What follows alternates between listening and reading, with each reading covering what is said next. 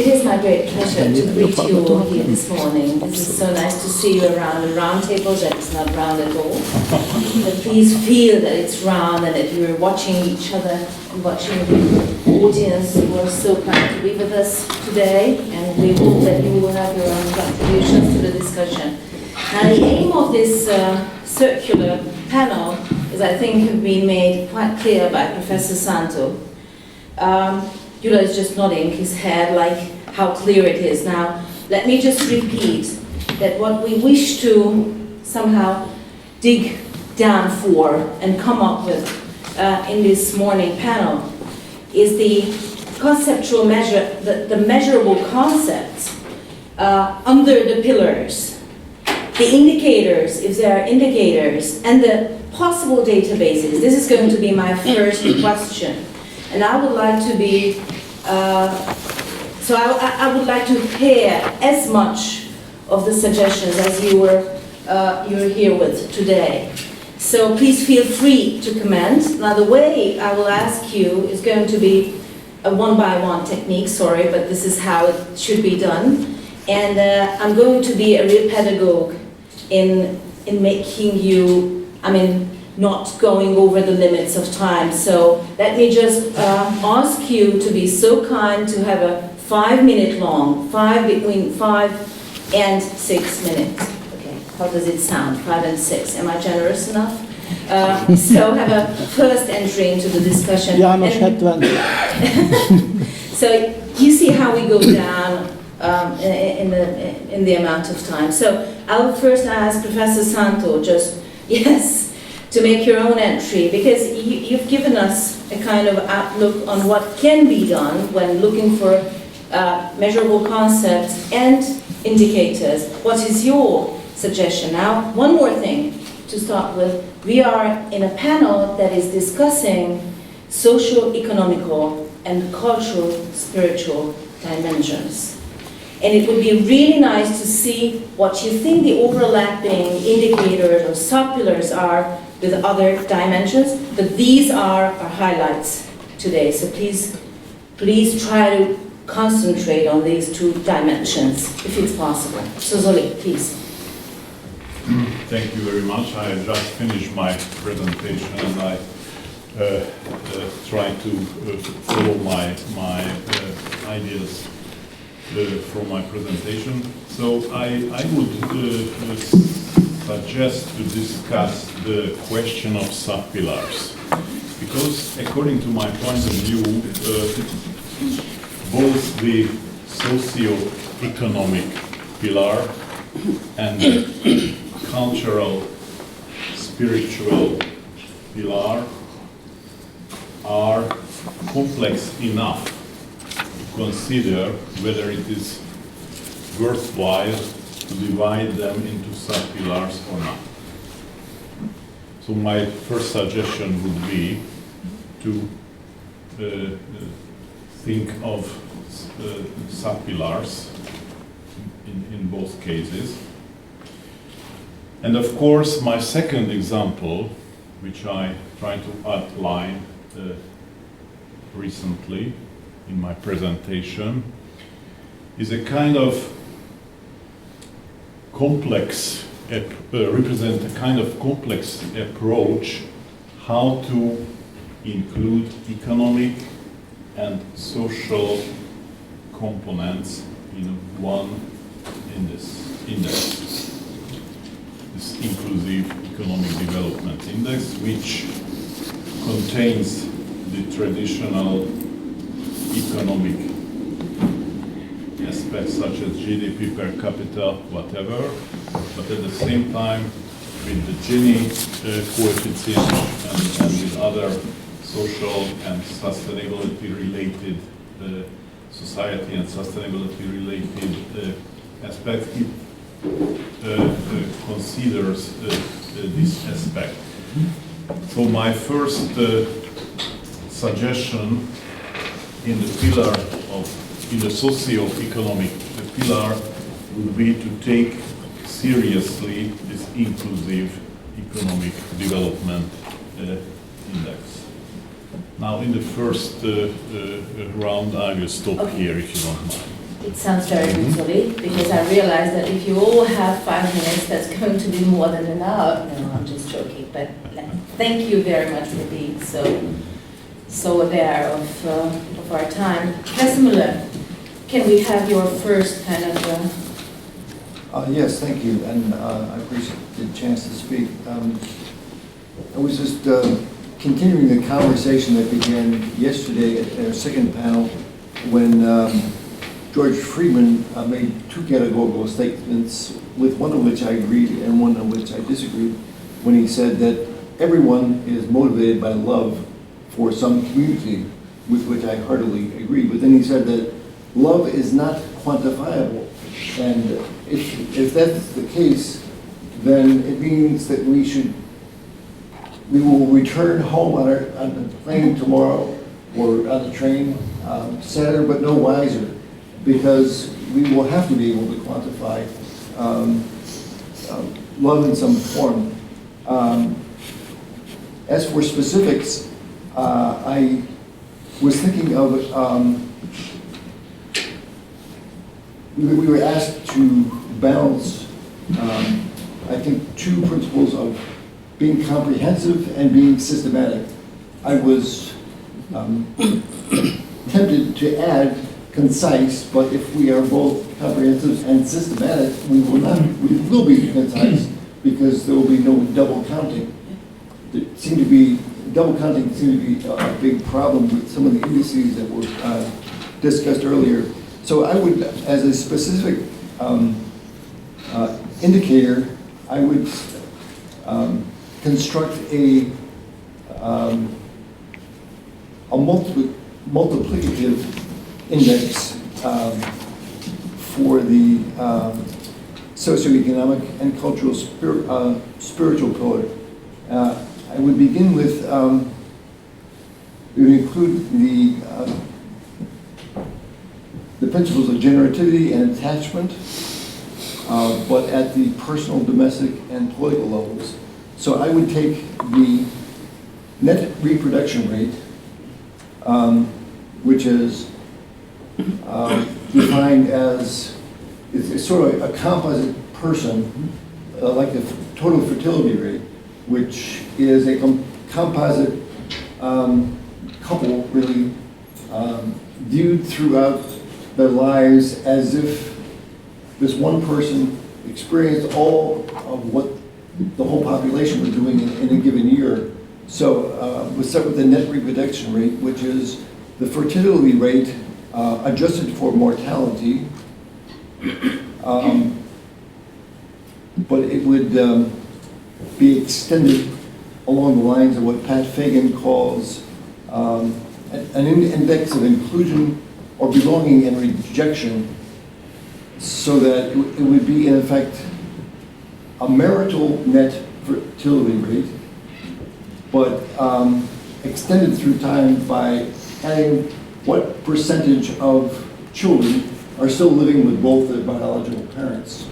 So it would be one index, which would be multiplying the net reproduction rate times the number of children who are born within wedlock times, and then extended through time, the number who continue living, who are attached to both parents until their 18th birthday. I think of things in terms of 3 rather than 4 pillars, because, as Aristotle said, we are, as human beings, we are rational, conjugal, and political animals. So I think of concepts in a threefold sense. So we have, in a sense, discussed the conjugal level, that is the marital level, but to get at the rationality, we should add some simple index, such as the literacy rate, just how literate is the population, and one could, if one wanted to, multiply by the number of years of education, but that is, I think, superfluous and may involve double It's about access, yeah. Yes, and literacy is access. then finally, be multiplied by the Gini index as Zoltan suggested. So it would be a single composite indicator which put together these several levels of personal, domestic, and political.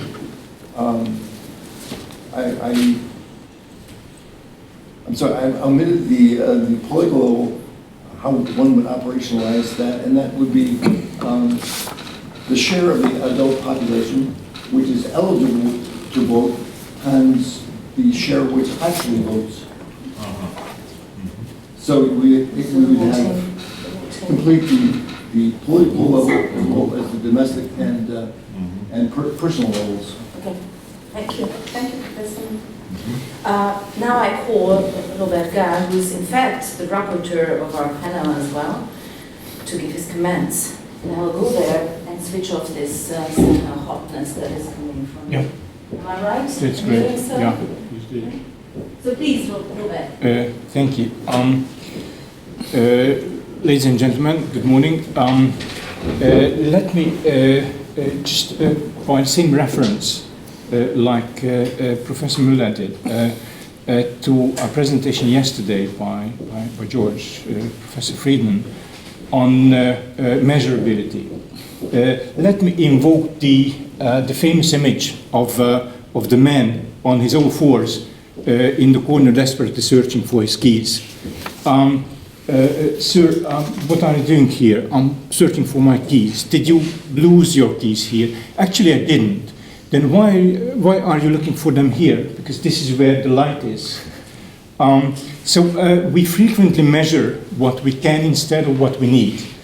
And my contribution would focus on potential extensions of what we can measure now that we couldn't in the past, and what we, I think, desperately need for a meaningful indicator for us. And again, let me invoke the help of the Senn-Stiglitz-Fitoussi Commission a few years ago, which made a major effort to revise current national accounting and current GDP measurement. Just a few recommendations by the Commission that the focus should be shifted from production to income. GDP, that's gross domestic product, what really affects the quality of life of people is income rather than production. That we should shift the focus from current flows to stocks. The GDP is a measure of economic activities over a period of time, but that period of time starts with a stock measure, wealth, and it ends with a stock measure, again, wealth. And to extend our measurement to include the household economy, the unmeasured but measurable part of the economy. You could see in yesterday's presentation by Janos that already at the very start by Kuznets, the idea was to include the household economy in this this great indicator of the gross domestic product. But still, we miss that. We measure that in what statisticians call the satellite account, so it is somehow attached to the standard national accounts. Now, some ideas how we could extend the border of what is visible, where we can search for our keys. We usually measure transfers going through interage, intergenerational transfer going through the government. Taxes, contributions, and pensions, public healthcare, public education. But by now, we can measure the entire transfer package. We can measure what parents give within the household or to a certain extent inter-household, mostly to their children. So we can, by now, we can open up the black box of the household and very clearly revise our conclusions about intergenerational issues. By now, we can include unpaid household labor and the transfers of the value of unpaid household labor, again, within the household, and we have data sets for that, freely downloadable. We can use and analyze them. Just a short example, you all know the measure of the implicit pension debt. It's already a dictate of the Commission, so every national government has to report on the implicit pension debt in order to keep or have it take it into account in our indebtedness measure. Now let's imagine a public budget that includes implicit pension debt, and now it's balanced, and then a government decides to increase spending on education. And this measure would say, no, you can't do that. You would be in the red. Because we don't have an implicit measure of human capital increase in this implicit pension debt measure. Although we could do that. We can by now measure human capital, the value of human capital, creation of human capital. We have publicly accessible data sets for that. I don't want to interrupt you, but we are now at around 5 minutes. There's going to be a second round. I need 2 more sentences. Okay, just one step ahead. We can measure now transfer wealth. So not just physical wealth, but transfer wealth. People know they expect future pay-as-you-go pensions, and it affects their decisions about saving, about their labor supply, about their mobility. Again, transfer wealth can be measured from publicly accessible data sets. Thank you. Thank you very much. And now I give the word to Professor Gyula Bakocsi. We're very happy that a network scientist is here. So please give your comments. And sorry for me interrupting you if time is coming it's to... your job. Okay, it's my job, so yes. Please, Gyula. Thank you. My first notice is a kind of devil's advocate and closely joining to what Robert said. My field is culture, so I mostly will focus on the bottom right corner of this map, the spiritual cultural.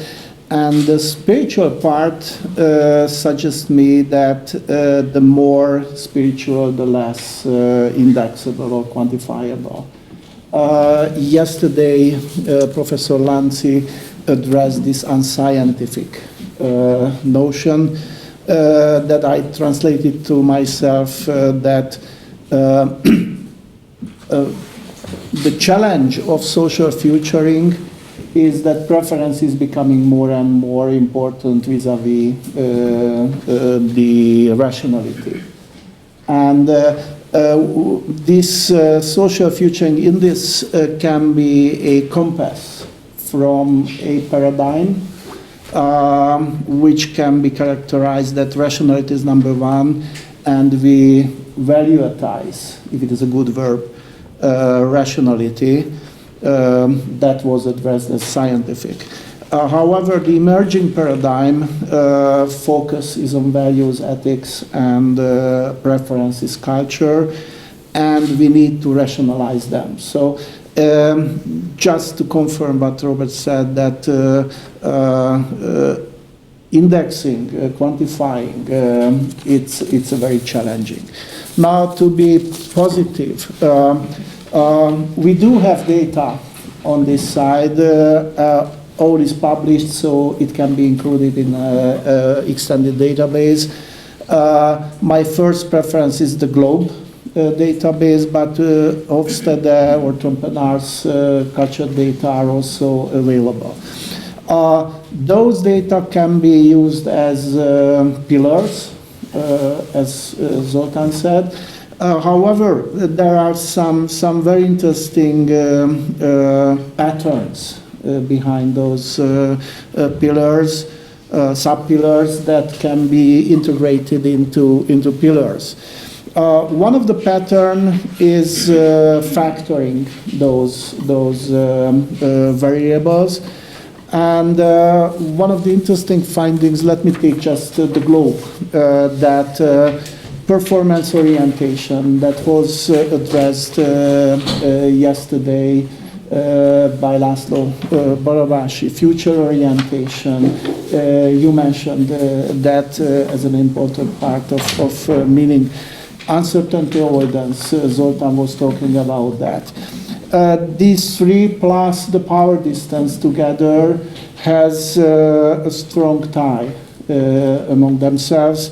I would label them development orientation and the other pattern, the other edge of this scale is status quo orientation. One of the patterns is that highly performance oriented, highly future oriented, trying to control uncertainty and low power distance. That's what I label development. And status quo is the opposite. So relatively short future orientation, relatively low performance, high felt uncertainty, and high power distance. That's a quite interesting pattern, and I think it links cultural, spiritual pillar to contentment. Another very interesting pattern is the inclination for cooperation, and behind them the trust issue. It is rather attachment and culture relationship. For example, Globe has two types of collectivism measure. One is the in-group and the other is institutional. Behind them, different trust patterns, traditional behind the in-group and institutional behind the institutional, nomen est omen. What is another very interesting pattern is that different culture clusters seems to combine these two quite differently. One of the interesting combination is Germanic and Latin European, meaning that below the world average in both respects. Another one is Asia and Africa, above the average in both respects. And the other two combination, for us, it's interesting that we are above the average in group collectivism and below average in the institutional one. I think, yeah. Okay, I'm sorry to interrupt. Now time is up in a way. Okay. Is there anything, because I think you suggested many aspects. Thank you for linking them to the... Just one last sentence, that if we take into consideration these culture clusters, it also links ecological or geopolitical rather pillar to both contentment and attachment. Thank you so much. And now, while asking to open the door, how do you feel? So what do you feel about the temperature? Just give your comments. Is it hot? Cold? It's very hot. Can you just open? Yeah, this is always the case here. I'm so sorry. It's not so bad. It's not so good. Sorry. So now I call Tamás Bartus, Professor Tamás Bartus to the floor. Okay, thank you. Give his comments. It's a difficult situation because when I was mentally preparing, then I have the thoughts that this whole concept of social futuring is, I believe, is not mature enough to go immediately to the indicators. So we are a little bit hurrying. Start from the other side then. Okay. Indicators to okay, but I have some, maybe it's not specific, but some general ideas. So first, the very idea of capability to get prepared for the future, then I think we have quite theories and procedures to measure capabilities. Like if I'm a sociologist or economist, you say it's about resources.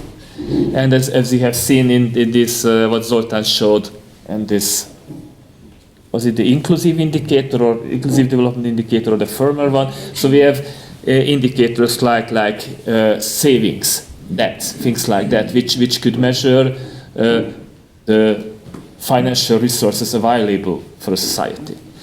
Or if I go back, I think this is the same from human capital. That's why I was advocating the higher education share of the highly educated people, because I believe that also indicates somehow resources. Another thing is, which could be a little bit sociological and could be related to Gyula and Zoli's research interest, is about some kind of the psychological aspect, like creativity, resilience of people. A long time ago, Granovetter had a fear and strength of weak ties, and when he summarized later the reactions to his paper, he briefly mentions that weak ties also promote resilience and creativity. And later, Ronald Burt, related to management literature, put this argument to the extremes, claiming that everything is what is new and creative is coming from weak ties. And also know that the weak ties are in social and economic, in terms of social composition, they are heterogeneous. So I think it could be I think it's a difficult task, but it could be for me an advancement if we could somehow measure the heterogeneity in a society, the heterogeneity of institutions, or I don't know to what extent different individuals are linked together.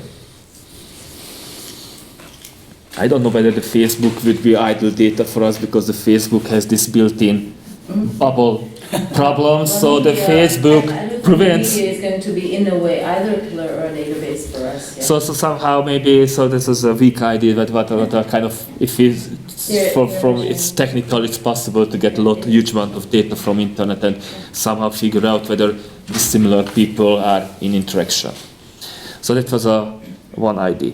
The other idea is that Zoltán had this 3 layers of reactive, active, and proactive stuff, and this is a general problem, that how do we find these indicators? I think this reactive futuring is quite closely related to resilience, and I would suggest to work out a little bit more systematically the relationship of futuring to what resilience, what future-proof, sustainability, and related concepts. And because when we are able to measure resilience and sustainability, these concepts, maybe it will inspire us how we can measure the futuring. Another philosophical problem is that what happens if an indicator suggests that a society is reactive, in reactive terms, is futurable? Does it imply that it has also a capacity to make strategic plans for the future? So what are the relationship between these 3 aspects? So the reactive, active, and proactive aspects. I think it will be a challenge. So if I measure a high reactive futurability, does it mean that also it's a high level of active? Or is there a competition because I have fixed amount of budget, so I have to allocate to 3 kind of problem solutions? And finally, as I believe that maybe we will find some new creative data sets, but mainly the task will be that we will utilizing existing data sets and indicators, but what we will do is that we will combine these data sets in a novel way. Like Professor Müller said that he was coming up with a specific idea that I take the fertility rate, I divide by mortality rate, and then I multiply by the share of people who live in, I don't know what kind of households. So this is a new way of combining already existing evidence, I think. Attachment measured by the So I think we will do the same. So I think that a substantial part of the project will be to come up with new solutions of how to combine evidence. And the final remark, if I within the 5 minutes. No, you're not, but... I think when we have the final index, suppose we have the final index, we will get a lot of criticism. And the skeptic people will say that the social futuring index is almost the same as inclusive development index. But of course there will be a close correlation, but there will be not a perfect correlation. And I think the future challenge for us, what we should prepare for, is that we should be able to explain outliers. Sure. Thank you. Thank you. And I thank you for these comments and these suggestions. However, I'm very grateful for example, Professor Müller, who gave a very, very precise suggestion to what we want to do. So it's going to be really fun if in this panel we can have this kind of conceptual but a very practical way as well. So thank you, and let's go on. I'm very happy to call Peter Rupert to give his comments, not commands. Yeah, thank you very much. And I honestly think that Tamás made the right point here, that we are kind of running ahead a bit and finding data sources to a problem we're trying to address. But I do see this as an opportunity. Since working together with Laszlo and the team in Boston, I do feel that sometimes we also face similar challenges. And having access to AI, machine learning, and the tools that's developed in network science, our approach is sometimes a bit different, and we turn around the aspect and we try to gather as much data sets as possible instead of limiting just what we are looking for. And then we reach out to the tool sets of neural networks or AI to help us to figure out the features or identify the patterns which we are then forming into hypothetical questions. So we can use basically a large amount of data sets, even all the data sets currently used by any of the indexes, and just ask very specific questions where we can ask the machinery to tell us what data and what patterns to look for. And that's a totally different exercise, and I don't know how much you budgeted for computational power in this project, but that's basically how I would approach maybe these questions. On the other hand, I think there were several aspects yesterday in the presentation that we don't want to really capture just countries, but social entities. And that's, I think, where most of the indexes sometimes fail. They give you this this global view of country level information, and you know, even Janos said whether you want to travel there when you invest in that specific country. But I think with the current models and data sets, you certainly have access to different type of data sets. For example, there is LilSys in the US, allowing you information to collect information on board members for key corporations. And there are tons of publications out there talking about, you know, how much influence certain politicians have on our daily life. And the concept is that some of these board members in large corporations have an even better or even bigger impact. So just think about Nestle's CEO. If he wakes up in the morning and says, okay, I do a 10% increase for all of our products, then you certainly will feel that in your everyday choices. So their influence on society and the capabilities for the future, I think, is significant. On the other hand, you can capture, I think, a lot of readiness or preparation or you know, the understanding of how prepared you are for the future in educational data sets, just like Laszlo, I think, introduced yesterday. You know, like where is the new where are the new Nobel Prize winners coming from? How can I understand the global network of knowledge just on co-authorship networks from publicational sources? How do I understand the capabilities to address European grants or global grants by the cooperation of an institutional network in any given state? So is Hungary using, for example, the right connections to drive biological and mathematical knowledge combinations to drive new biotech companies or new biotech solutions out there?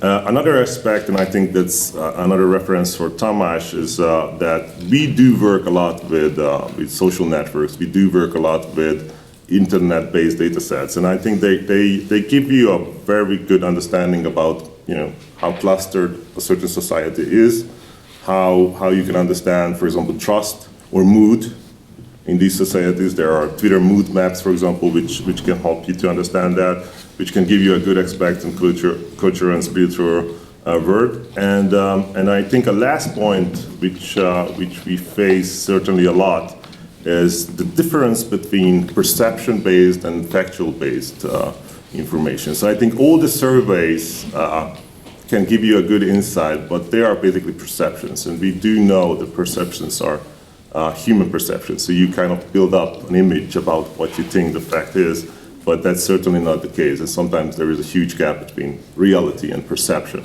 So I would certainly categorize survey-based data collection aspects and factual data collections in that. Thank you very much for these methodological comments. However, what I heard from what you said is that there can be sub-pillars as heroes of the communities, like when we measure, or that can be a measurable concept if a hero is important to a community to make it futurable. So I was just trying to translate your suggestions into some meaningful indicators or whatever, and I would really be very grateful if you could just have comments on that one as well. So the sub-pillars, indicators, and thank you for this very important methodological comments. So I give the word to Chen Xin from the Chinese Academy of Social Sciences. We're very happy that you're here. Please share your thoughts with us. Thank you. Thank you. The topic is very exciting. And I think for me, the major problem is the generalization. So way of the life, whether it could be generalized. For example, the socio-economic point of view, if we are thinking a linear way, that means you have the different income level, then you have the different, how to say, so whether it's a linear process or it's a multi-layer. So, for example, maybe the data set is true for in Europe or for in America, but it does not necessarily true for Asia or for Africa. This is the big concern. And also, if we are looking inside, for example, because we are talking about individuals and at the country level, but then the next problem is at the country level, there are also differences inside the country. And whether you can put one index for the country, or you can, like the European Union, we can divide them into the different sub-regions. So this is the second one. And the third point is about the culture. The previous speakers already mentioned the religions, culture factors. How can we put them in a quantitative way? This is also, for example, the generation, the differences between the generations, even inside one country. So for example, in China, the ages around the 60s, they have different feelings about their happiness. And for the 20s youngsters, they have the other feelings, and how you can combine them together with one index. This is, I think these are very challenging issues. So these have been comments. I'll stop here. Thank you. Thank you so much. And now, and thank you for reminding us of our very, very great challenges. So that's why we're so grateful that you're here, giving us some kind of basics or support in where to look, what to see, how to do. Thanks. And now I ask Márton Radó, the Junior Fellow Researcher of Social Futuring Center, to give your comments. Thank you very much for giving me a chance to talk also. I have 3 points here what I would like to make. The first one relates to what Mr. Chen said, and that there are cultural differences. And the example which I was wanted to give is the democracy indexes. So there are, like, I think 3 major democracy indexes: the Freedom House Index, the Polity Index, and there is the Democracy Barometer. And the point here is that the first 2 aims to tell you whether democracy is there or not. And the third one criticized the previous 2 based on that this is not good for distinguishing the differences between established democracies. So if a certain index might work for like comparing developed and developing countries, but that might be not the point for observing the differences between developed countries, and we want to make here something big, right? So this is something which I agree with the previous commenter that we should take into account that it's a very big scale. The second point which I wanted to tell is that these indicators, we deal them like they were separate, but they are really connected. So, for example, There is education, which I think is the base of all of these indicators, because it's influencing migration patterns, the state of democracy, and even the capacity how to react to climate change. So there was, for example, an article in New York Times which said that we should create more educators and not engineers to deal with the climate change. And the third point which I wanted to make relates to what Mr. Müller said. So he proposed something, and as far as I know, there is one index which is trying to do something like that, but it's a very, very new project. Last year in November, there was a ERC project awarded to Wolfgang Lutz, who is the director of the Wittgenstein Center, the Demography Center in Vienna. And he does something very similar, but it's really just started this project. So he tried to, what he says is that there is the expected life expectancy, but this measure is not good because we want to do something more than just survive things. So he creates indexes by weighting with health, literacy, education, and happiness, and other things as well. But this is just started, this project, and I don't think that they have already a paper about this, but maybe it's good to know that there is something like that going on. Thank you very much, Martha. Thank you very much for all of you. Now, I think we can have now a quarter of an hour discussion, free discussion, but not longer than a quarter of an hour. And at the end of it, I will ask you to give your final and summarizing comments in 1 or 2 minutes. Does it sound okay? Sustainable, social futuring? Okay, so please feel free to contribute to an open discussion. Please give your comments on what you've just heard from the colleagues here at this not at all roundtable. So how do you see the conceptual part and, more importantly, the practical part? Professor Müller, you're just looking at me. So I'm hoping that you have something to say. Yes, in an earlier career, I was an editorial writer. Before I became an editorial writer, I didn't think I had opinions on anything, but now once I became an editorial writer for a newspaper, I suddenly found I had opinions on everything, so it's a fair choice. I want to make an amendment to what I presented earlier. I think I may have omitted one important feature. I think I listed 5 different multiplicative components, but I left out one which is important: the rate of weekly worship. That has to do with our attachment to God. And it may seem a strange indicator to conclude, but it happens to be the most powerful predictor of the fertility rate in every country I looked at.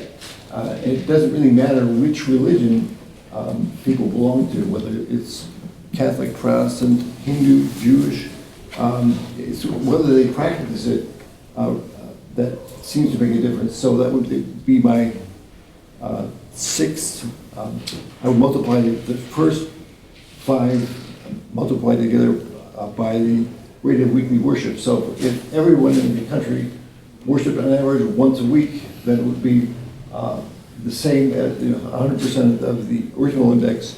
But if only 10% worship weekly, we would reduce the index commensurately. My only other comment had to do with the need for what we might call, and did call yesterday, metaphysical humility, that is not presuming too much on what we can accomplish. I think that requires making sure we have no redundant elements in our indices. There were several several aspects that were mentioned earlier, content,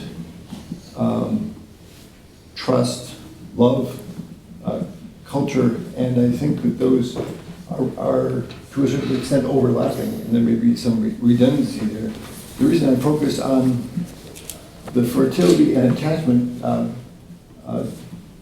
combination is that it in effect reveals the persons among whom we share our resources, whether it's our time or our money, and we, by using the net reproduction rate, which is a composite figure that goes through a person's whole lifespan, it should be able to pick up, if it is accurate, most of these components that we've talked about.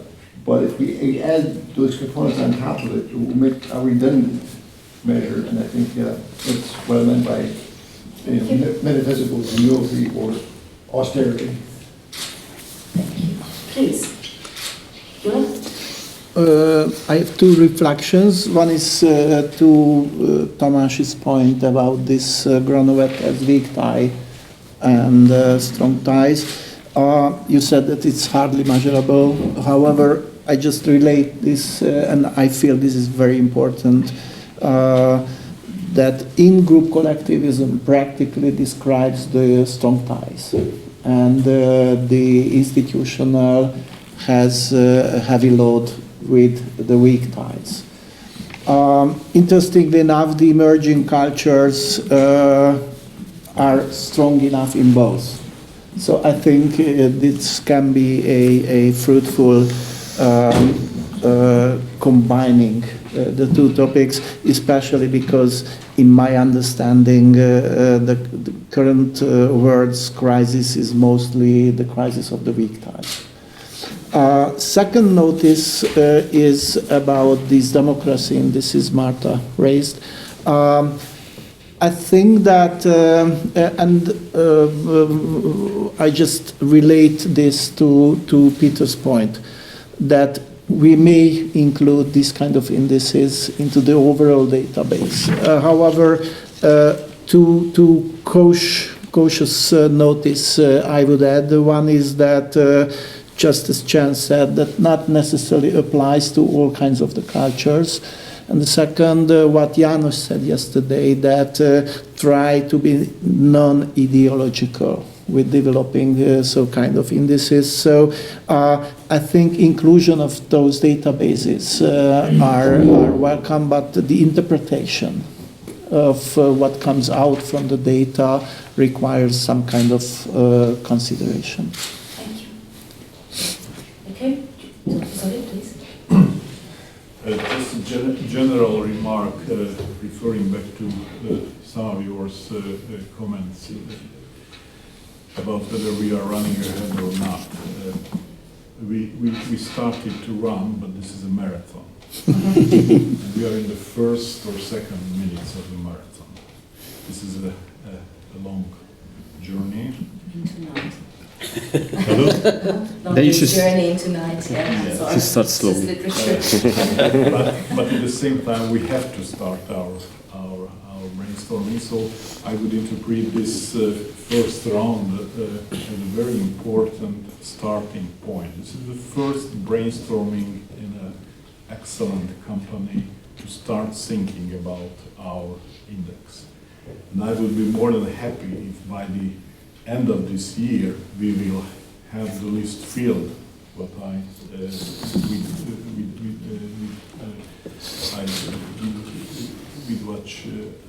With which I finish my presentation. So this is some kind of a series of brainstorming in the coming weeks and months. And of course, now we have many questions, more questions than replies. We have more ideas, we have some suggestions. But if we will find a first good indicator or patterns, at the moment I see some relation. For example, what John recommended to think it over. I'm sure that the demographic aspect is one of the most important in the socio-economic field. We have demographers. We're lucky to have them in the project. So this must be elaborated in the coming weeks and months. Also, the network aspect is absolutely important. We are very lucky that we have potential cooperation with Barbara Lab, with Peter and other colleagues. It's a very good opportunity to go into the details of this approach. It was raised by Gyula, Tamás, and of course Peter. Also, this cultural aspect, which was raised first by Gyula, and of course Gábor, if I may, reacted this. So these are the questions we have to go through and through, and then we have to find some solutions. So I remember when a year ago we started thinking about the concept of what? Future-proofness, and after a year we have some ideas. Now we are in a position to use this term, try to elaborate in details and try to relate to measurements. So this is what we have just started at the moment. We don't have to run, but if we are good runners on marathon, we have to start this journey, and we are really grateful that we can do it together now here. Thank you. Okay. If I may, just quick reflections. Whether we are talking about the pillars or sub-pillars, or instead we are talking about values and sub-values.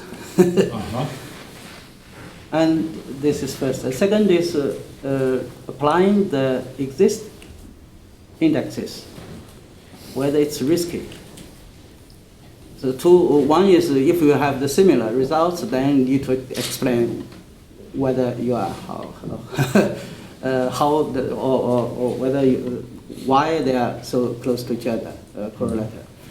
And the second is if the existing index has some weakness, and which maybe everybody knows, and then it's still a weakness for our index or the social future index. For example, the World Bank Doing Business Index, China ranking at 80, 90 position, very behind. But actually the investment into China, foreign direct investment into China is very big. So it means a contradiction, whether the business environment in China is good or not. So such kind of weakness. So if we are applying this data set, then it will have continuing have the weakness for the superior index. So then the next question is whether now we are in the stage of the artificial intelligence and big data. How we can apply new technology for the social future index instead of the traditional index calculation. So these are the quick reflections. Very important, thank you. Peter, do you have anything? Peter? Okay, 2 or 3 more points which I would like to make. One, which I think comes from I think Marta's comment on democracy indexes and related. So to some extent, you need to rethink political systems in an aspect of which one is the most ready to lead the nation in a challenging future environment. And certainly in the West we think democracy is the right one, but there are different models. So I would think that there needs to be certain indices developed which are different than what we use, like weightocracy, or like is there a minority capturing the majority? And is the West Coast, East Coast captured by the Midwest from these elections? Like all those thinkings are, I think, quite relevant in the current atmosphere. The other aspect, which I know in Central Europe is rarely seen as a good set of data source or insights, is failure. I would assume that a lot of indexes are not prepared or not measuring failure, but I think in resilience, how many people stopped education, restarted education, stopped businesses, restarted businesses. I think those are highly signs of being able to recover and restart and having the optimism to have a better future.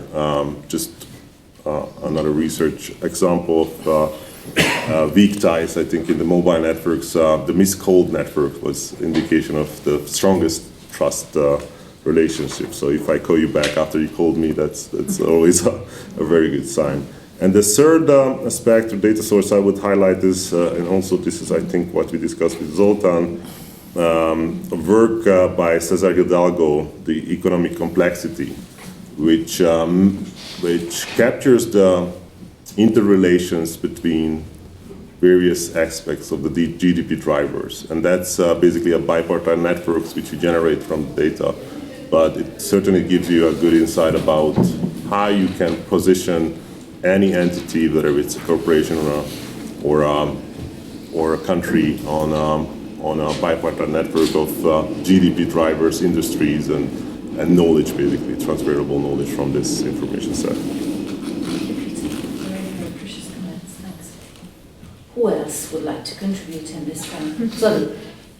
Just a very short remark. First of all, I would like to thank Peter for sending the link of this process. I think it's very important, this economic complexity approach from different points of view. I will not go into the details at the moment, but I think it is also a pattern we have to take very seriously. But going back to democracy, I would say that there are other features of political system which are as important as the democratic feature of the political system. Just to give an example, the stability of political system, also from a social futuring point of view, is a very, very important aspect. How can we measure it, of course? So, of course, we know these indices. Of course, they are also ideologically embedded, I would say, but there are other more general features such as economic complexity. We are not speaking about market economy or planned economy, whatever, but economic complexity on a more general level. And from this point of view, we can compare different countries, different economies. The same is true if we measure all the democracy that are there or not, or other political systems are running in the country. I would add this other aspect, for example, political stability, but this is just a quick remark. But we can go to this direction as well when we try to compare globally different social entities, countries, whatever. Thank you. Tamás?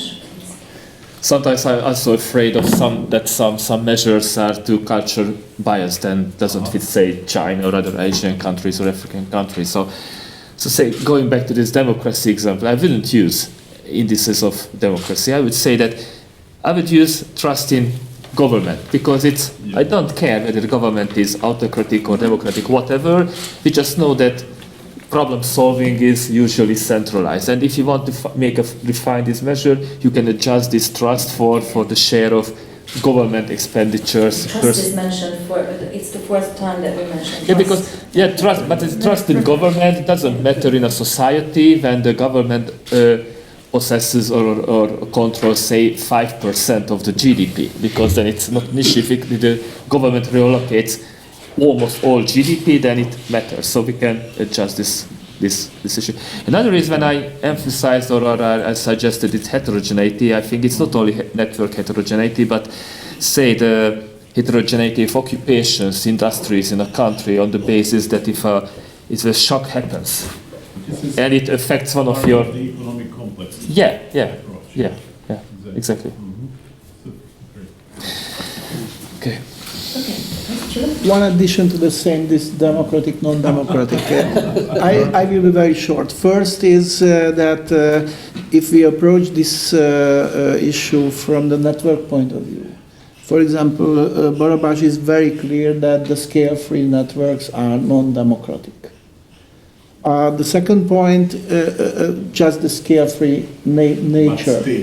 But stable, yeah. The second point is that we should approach this stuff, I believe, from a non-political interpretation point of view. So if you approach this from a synergy management point of view, synergy can be managed top-down and a subordinated way and bottom-up coordinated way, and from scratch, none of them is superior to the other. So we should be open to investigate different synergy management patterns, and we should mix it up with political labels like democratic, non-democratic. I think you're at a very crucial point here, because now you're just getting closer to eliminate democracy from the sub-pillars, but having trust as an indicator of social futuring, just to put it simply. But I didn't want to interrupt, so please go on. Relabel, I would say, not eliminate, relabel, but I think we're very thankful reinterpret. to Martha for bringing this up. It was really important. Anything else, please feel. What else eliminate? I mean, purifying is sometimes the first step, like saying that what's not belonging to what we're talking about. So, Robbie? You've been silent for a while. Yeah, but I will speak later because Last word. and I will surprise you later what I give you as a report to you.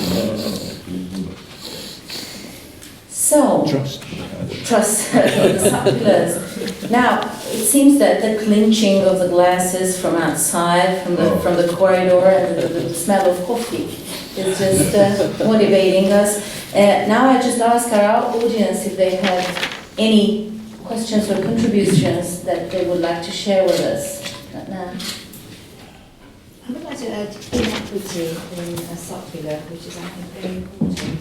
Access to healthcare, access to education, access to material well-being, because I think all those nations are successful because are more equal than the others.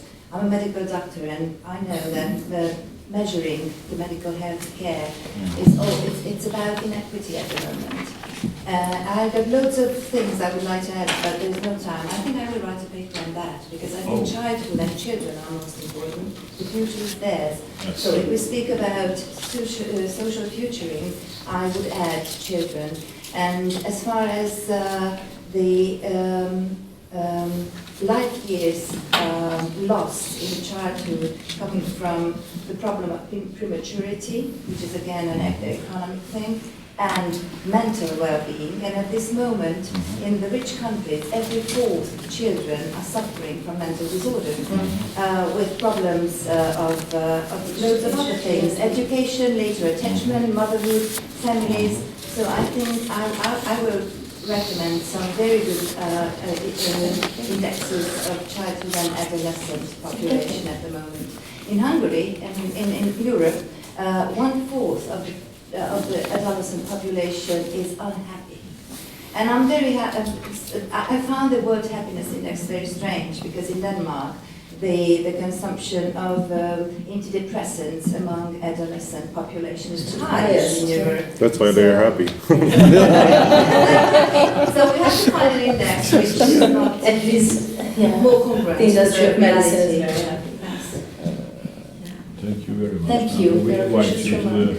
the project. Thank you so With much. your paper. Yeah, it's very, very important.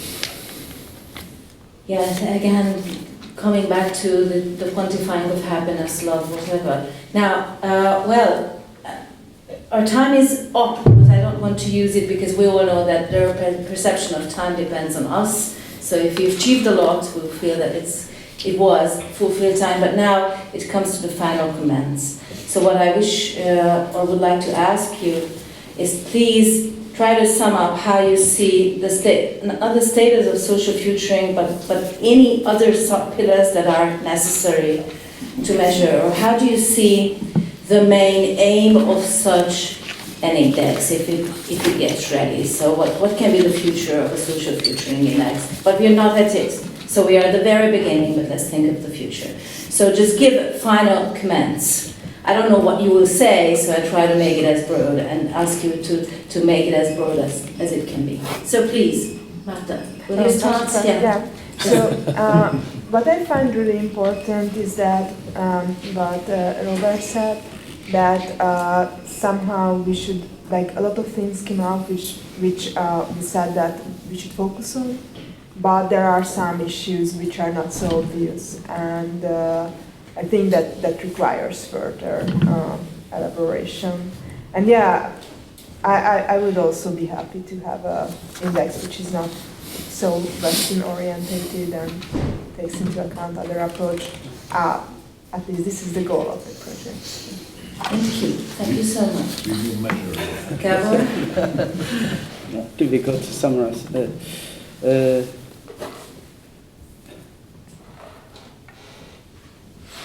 The pillars, sub-pillars, then the question is whether it's sufficient or it is still not sufficient. Always the big discussion. So my suggestion would be we turn to some core values, and based on values select some sub-values, and then you can make it simple, and at the same time you can answer whether it's sufficient or not, because based on values instead of the different pillars or sub-pillars. Thank you. Peter. Thank you very much for having me, and I think it's interesting work. But it's a meta something. Do you think that the access to media or big data is an indicator of social future? You yourself, working with big data. What do you mean by access to big data? I mean, the knowledge, the competence, the channel, like the digital divide, for example. It's a meta level of what you're doing, because you're doing big dataism in a way, but do you think that can contribute? So if someone has the access to big data, is that something that it makes the person or the social entity happier? It's a tough question, because at the end, technology is developing rapidly. So they're talking about the IT industry or developers are basically in the next 20 years out of their job, because AI will do a much better job in writing scripts and software. So, and instead of programming codes and softwares in the future, we try to imagine to raise programs as entities. So that's another concept. I don't know whether that's something where you can have access to just by having an internet connection, or what would be the data to capture this. But certainly education needs to change from this paradigm of giving you a lexical knowledge, because you will have Alexas and Google Homes to help you answer all the questions, whereas you will need special skill sets to be able to do the questions. So that's certainly an aspect I would think we could include in this indices. But it's 2018, so if you want to have a cutting-edge indices, you better use these technologies instead of relying just on survey-based data collections and all the indices currently out there, I think, not capturing this moment. So that's certainly a challenging project to be in. Thank you very much. Thank you. Thomas. Nothing to say at the end. Well, that's too difficult. Just conclude. Or too many comments are there. I think to some extent I did perceptions that we were converging. Yeah, I think in its cultural unbiasedness and things like that. But I feel that I think we may have mainly focused on this socio-economic pillar, and maybe Gyula was mentioning only the cultural stuff, and but maybe this is the hardest stuff. It's much more difficult than in the socio-economic. I think we agree on this, like what you mentioned. This is a very nice point to the well-being of children or on the investment in children. This is true. Thank you too much. Conclusions, Julian. The first point is that this explorative approach of putting together a big database and using the big data methodology probably is a promising approach, and digging into it is exciting. What I just like to repeat from the discussion, one is that we should clearly, it was Peter's point, we should clearly separate the perception and the fact-based. We may use both, but make it very clear what is what. The second is what Chen raised, that quality of the database is very important. So garbage in, garbage out. We should be very critical what kind of database we include into the overall. And the last notice is that as the whole notion we are researching is qualitative, what comes out from the database, the interpretation is the most important. So how do we interpret any kind of indice we get? Thank you so much. Okay. Robbie. Yeah, just some very general remarks about the state of the affairs. You can see how much we made in the course of the last year. So there are questions that were raised a year ago that are not raised any longer.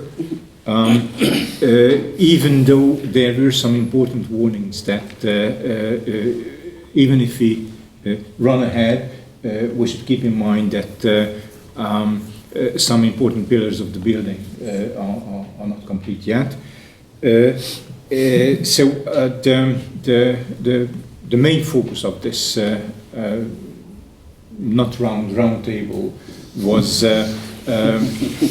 fishing for indicators and fishing for databases, and I was very happy to get comments which were more general than just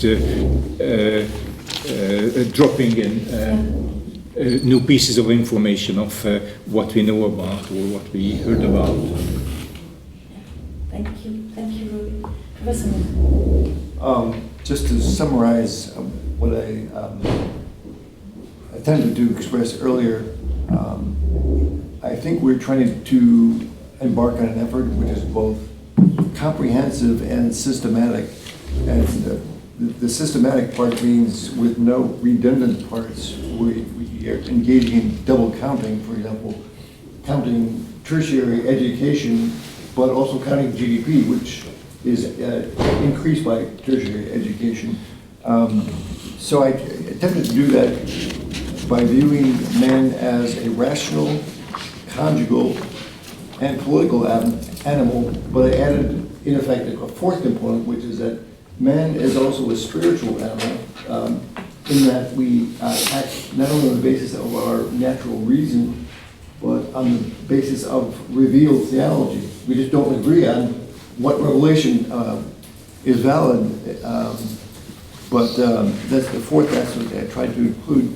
And specifically, I tried to include all these levels in an index that measured the net reproduction rate, that is the rate at which is typically measured for women, but it's in effect we should take twice the net reproduction rate times the number of children who are born within wedlock times the number who are still living with both their biological parents, and then the political aspect was captured by multiplying the number, the share of the population eligible to vote times the actual voter participation rate in the last national election, and finally multiplying all of that times the rate of weekly worship. So that was my effort to be both systematic and comprehensive in a single indicator. I think that it picks up things such as life expectancy and health. The one difficulty which remains is the distinction between futuring and forecasting. That is, the total fertility rate or the net reproduction rate is a composite model of how a single couple or woman would behave if her behavior matched that of all women of all ages in 1 year. But what it doesn't tell us is how many women actually will act that way, and therefore if we were to take the current behavior as a forecast of the future behavior, we're mixing two different methodologies. One final point is to answer the question, should we add sub-pillars? My prejudice is no. Okay, thank you. Sorry, please be as brief as you can because we used up our coffee break, but the good news is that the other panel did the same. So they just didn't drink our coffees. Sorry, please. Thank you very much. I have two short conclusions. The first is that at the moment I see that it is impossible to construct a social futuring index. This is my first conclusion. The second is more important. But in spite of this fact, we will do it. Thank you. We've gained a lot. Thank you for coming to this